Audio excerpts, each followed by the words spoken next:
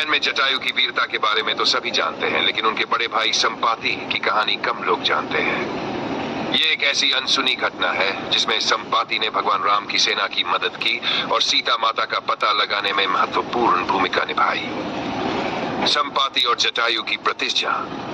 संपाति और जटायु दो शक्तिशाली गिद्ध थे जो आसमान में ऊंची उड़ान भरने के लिए जाने जाते थे। एक दिन उन्होंने सूर्य के पास उड़ने की प्रतियोगिता की।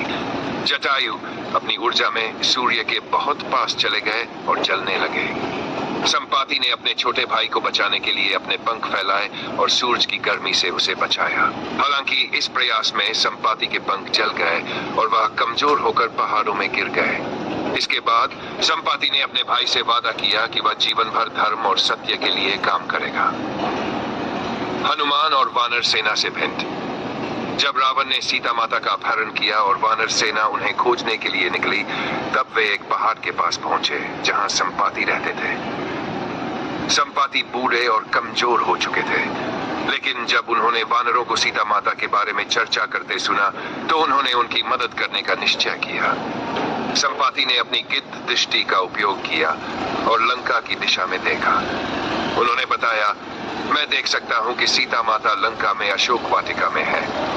रावण ने उन्हें वहां बंदी बनाया हुआ है। समर्पण और साहस। संपाति ने वानरों को लंका का सटीक मार्ग बताया, जिसे हनुमान जी ने वहां जाकर माता सीता का संदेश भगवान राम तक पहुंचाया। संपाति ने भले ही अपनी उड़ान खो दी थी, लेकिन उन्होंने अपनी बुद्धि और अनुभव से भगवान राम की सेना की सहायता की। उनके इस त्याग और सहायता के कारण संपाति को आशीर्वाद मिला और उनके पंख वापस आ गए। उन्होंने अपनी बाकी जिंदगी धर्म और सेवा में बिताई। नैतिक शिक्षा। अपने सीमित संसाधनों में भी दूसरों की मदद करना सच्ची सेवा है। त्याग और बलिदान कभी व्यर्थ नहीं जाते। परिस्थितियां कितनी भी कठिन क्यों न हो, ज्ञान और अनुभव से हर समस्या का समाधान किया जा सकता है। सच्चे रिश्ते त्याग और बलिदान पर आधारित होते हैं।